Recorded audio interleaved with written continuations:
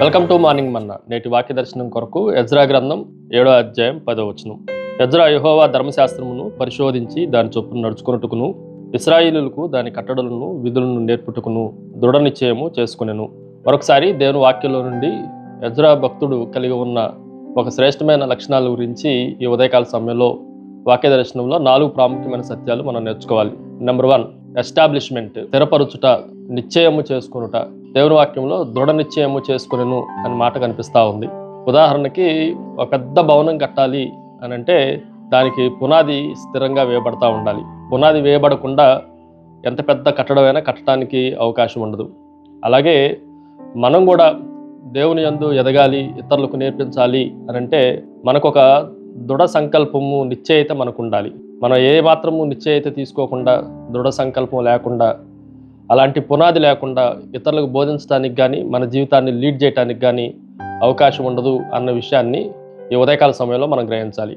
ఏ విషయాల్లో దృఢ నిశ్చయం చేసుకున్నాడు అని మనం ఆలోచన చేస్తే, number 2, it is a examine, పరిశోధించుట.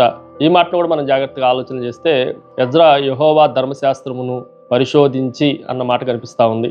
దేవుని వాక్యాన్ని పైపైన చదవకుండా లోతుగా పరిశోధించటం అని అంటే చదవటం అని కాదు. దాని గురించిన లోతైన సత్యాలను, దేవుని చిత్తాన్ని, దేవుని హృదయాన్ని వెదగటం అన్న విషయాన్ని మనం గ్రహించాలి.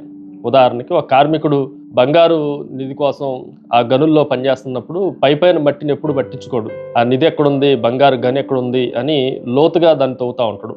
అలాగే పైపైన వాక్యాలు చదివితే మనకు అర్థం కాదు. దాన్ని లోతైన స్థాయిలోనికి మనం వెళ్ళినప్పుడు, లోతైన అనుభవాల్లోనికి మనం వెళ్ళినప్పుడు వాక్యపు యొక్క పట్టుత్వం మనకి అలవాటు పడుతుంది అన్న విషయాన్ని మనం గ్రహించాలి. 3వ విషయాన్ని మీకు జ్ఞాపకం చేస్తాను. It is a ఎంబాడీ, అనుసరించుట, నడుచుకొనుట. ఇంకా మంచిగా చెప్పాలంటే పరకాయ ప్రవేశం అని చెప్పొచ్చు. ఆయన దాన్ని పరిశోధించి దాని విధుల చొప్పున నడుచుకొనుటకు, దాని ప్రకారం నడుచుకొనుటకు అన్న మాట రాయబడతా వచ్చింది. ఏదైతే నేర్చుకున్నాడో, ఏదైతే పరిశోధించాడో దాని ప్రకారమే నడుచుకొనటానికి ఎజ్రా దృఢ నిశ్చయం చేసుకున్నాడు అన్న విషయాన్ని మనం గ్రహించాలి.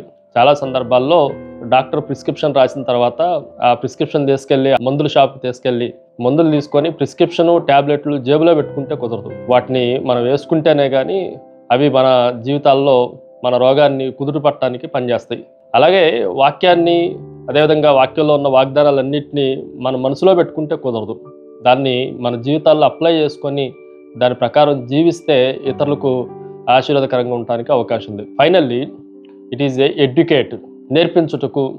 ఇది కేవలము ఎజ్రా తన వరకే ఆపుకోలేదు కానీ ఈ భక్తిని ఇతరులకు కూడా పంచేవాడుగా ఉన్నాడు. ఇశ్రాయేలీయులందరూ, యూదులందరూ దేవుని విధులను, కట్టడలను నేర్పించడానికి దృఢ నిశ్చయం చేసుకున్నాడు అన్న మాటను కూడా మనం జాగ్రత్తగా ఆలోచన చేయొచ్చు.